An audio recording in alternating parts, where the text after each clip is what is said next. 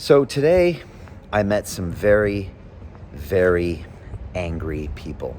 And as you know, I've been on the digital battle bus now. This is our 11th day in a row going to every single borough in London. It's quite a Herculean task, to be honest with you, but it's something that I pledged I would do because I need to be on the ground to understand the unique challenges that are faced in every single one of those 32 boroughs in London. And unless I'm on the ground, then I'm just like one of these politicians at the top of their glass office tower, creating policies without actually knowing how they affect people's lives on the ground. And today I was in Brent, I was in Hounslow, I was in Ealing, and I was in Hillingdon, some of the outer boroughs on the west side of the city. And it was in Ealing where I met some very, very angry people. And there was a gentleman named Mark who came up to me on the streets. And again, all these conversations are completely social distance and we're following all the COVID protocols. But I was actually out to meet Alan Simpson at St. John's Church to give them some food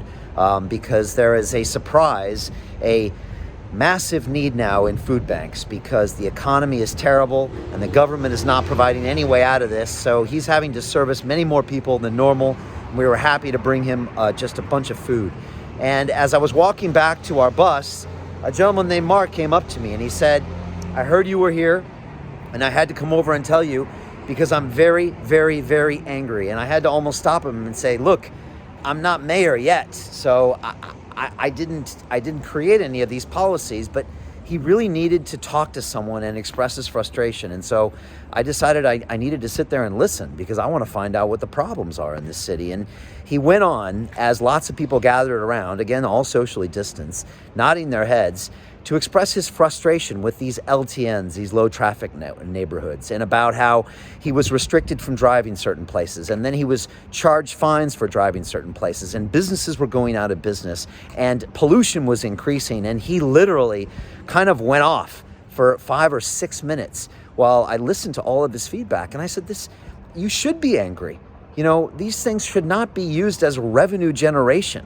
I can't believe that the council would allow this to happen or that the mayor would put these policies into place and not listen to you.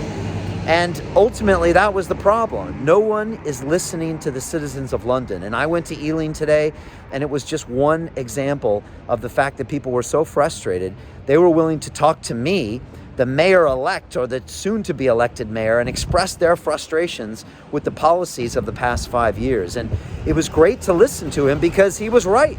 Everything he was saying was correct and right, and the citizens were being put out in a way that was not making anything greener by some policy that was cooked up from some man at the top of a glass tower here in City Hall without actually going down to the people and finding out, does this really affect your life? Does it raise your taxes? He can't see his kids. And it wasn't just Mark, it was lots of people. Marie came up to me, who's run a beauty shop in the Avenue, which is the high street there in Ealing for the past 46 years. She said, Brian, they closed my beauty parlor down with 30 minutes notice. She said, I can't plan for the future. I said, I understand, I'm an entrepreneur. Not knowing what happens next is the bane of any entrepreneur, uncertainty. We've got to have a roadmap out. And she said, yes, Brian, I've got people I want to employ. I've got hairstylists. I need to know what's happening here.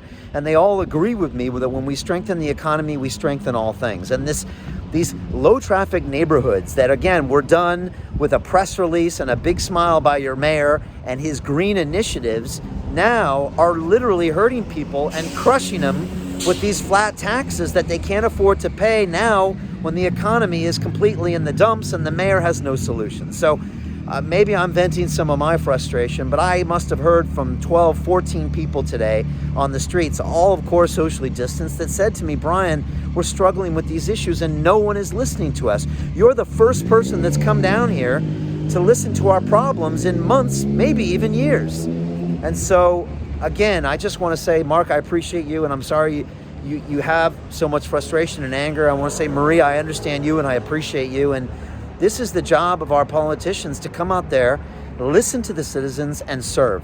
And so, again, today I was happy to be a lightning rod for the frustration of the people in the incredible borough of Ealing. By the way, I spent 6 months in Ealing, going to the film school there at Ealing Studios. I shot film in Ealing Green. I went there every weekend and during the week on Wednesdays, to learn filmmaking. This is back when I was working in the City of London and banking.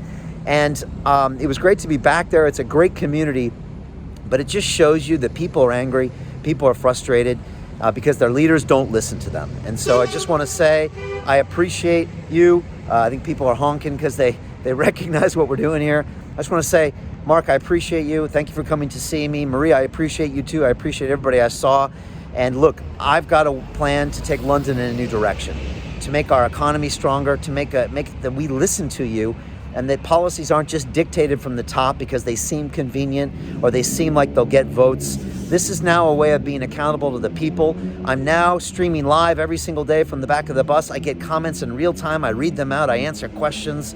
I promise you a new level of transparency as the mayor of London. This is not going to be easy. Trust me, I know that. And we're all going to have growing pains as this goes forward, but we will make London a better place than it is today. That I promise you. So thank you to everybody. We're moving forward. Leave me your comments below. Share this video with someone that needs it. Tomorrow we're going south. We're going to Wandsworth. We're going to Merton. We're going to Sutton. We're going to Kingston upon Thames. We're going to Richmond. And we're going to see more people.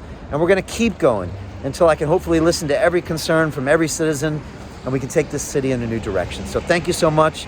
It's an honor to do this every day, and I promise you we will find solutions.